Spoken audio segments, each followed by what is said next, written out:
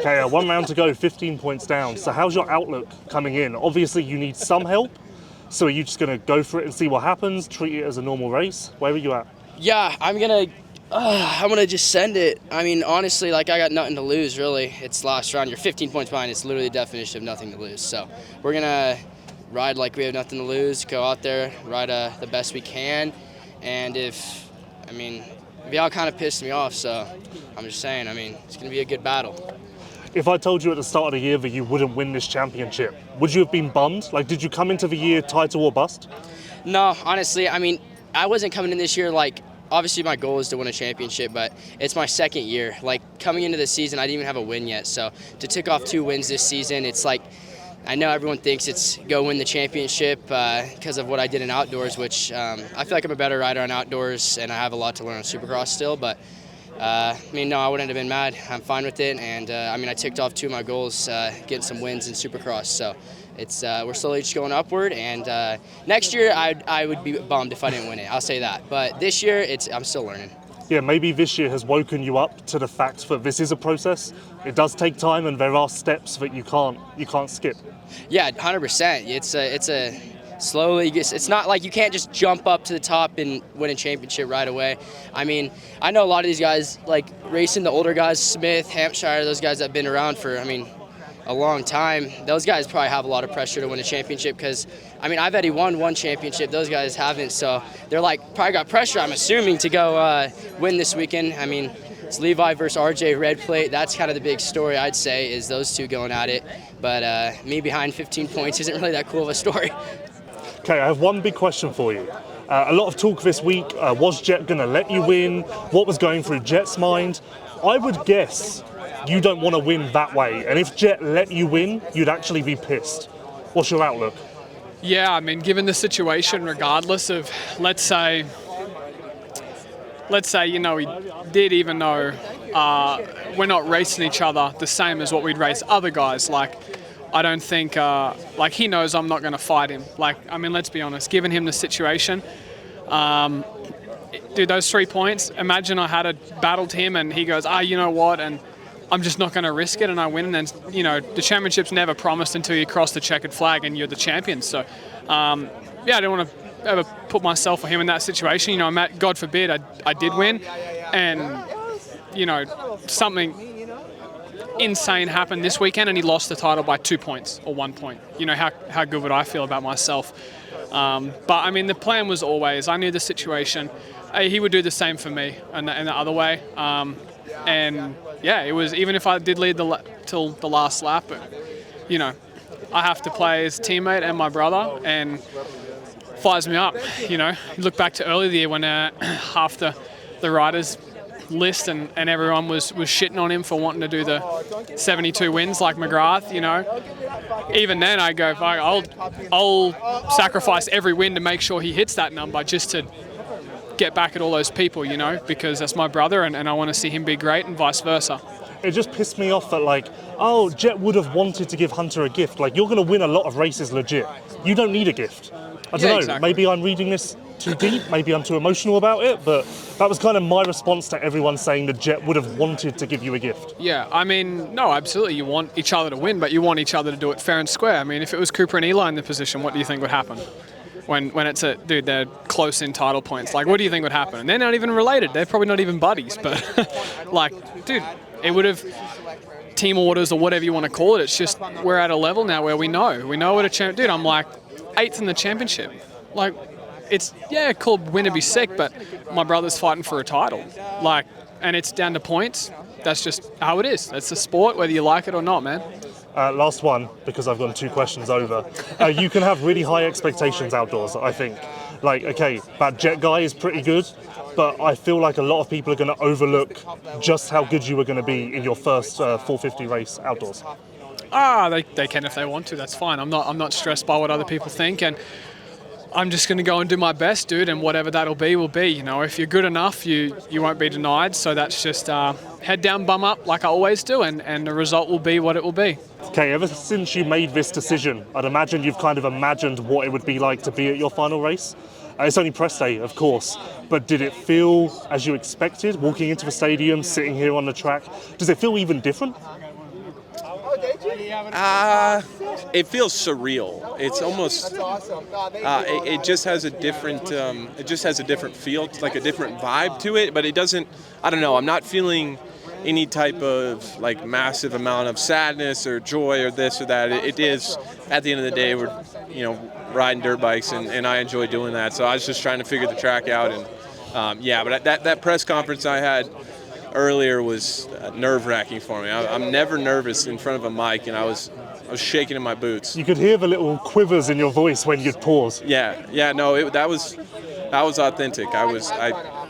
I've never been that nervous before. I don't know. There's just so much to say, and that's like this is my time to say everything, and get it all out there. So kind of put some pressure on myself to get it all in. But yeah, I'm having a really good day, a really good weekend. I have some friends came and surprised me here, family coming, so vibes are good. You say you don't really feel too much emotion yet. Are you almost putting pressure on yourself to feel that emotion? You know, sometimes when you're you know me so well. I need to make the most out of this. Why don't I feel sadder? Why don't I enjoy this more? Like, I feel like some people do go down that path. Well, yes, I would say my tendency, my personality would be something like that. It's like, why am I not feeling this way? But I really have been, since I announced my retirement, I think I've been doing my best to just stay present and really, like what you said, imagining how it's going to feel at the last race. I really haven't done a whole lot of that. I've been trying to just, it's gone by so fast. When I announced it, it felt like I had forever to go. I had like 8 races left or something. So yeah, I think the emotions, it's gonna come in waves. And it has. Like this week, I'll have moments laying in bed or something where I'm like, wow, you really grasp it. But I don't know. We'll see. Last one. Obviously, the injuries and health is forcing you to make this decision. You're a piece of it, of course. But have there been moments where you've almost been angry at the situation? Like, okay, I know this is the right decision, but I don't want it to be the right decision.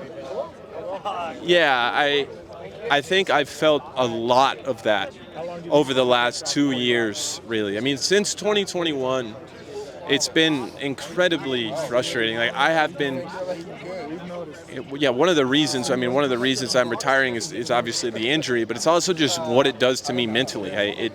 I get mad. Like I get so damn mad, and I felt so much of that over the last few years that I think I got it all out of the way. And I do have my frustrations sometimes at the test track when it's not too bumpy or whatever. I can rip, I can still go pretty fast. And the part that bothers me is mentally, I feel I'm the best racer I've ever been. Like I figured so many things out in terms of just being a smarter guy on the track and kind of where I'm at with that. And now that I have the mental side, I don't have the physical side. And so that gets me a little bit because in a way, I'm still young, like 27. It wouldn't have been weird if I kind of put everything together at 27, 28 years old, right? But yeah, it wasn't to be, and I always just revert back to I did the absolute best I could. Okay, first things first.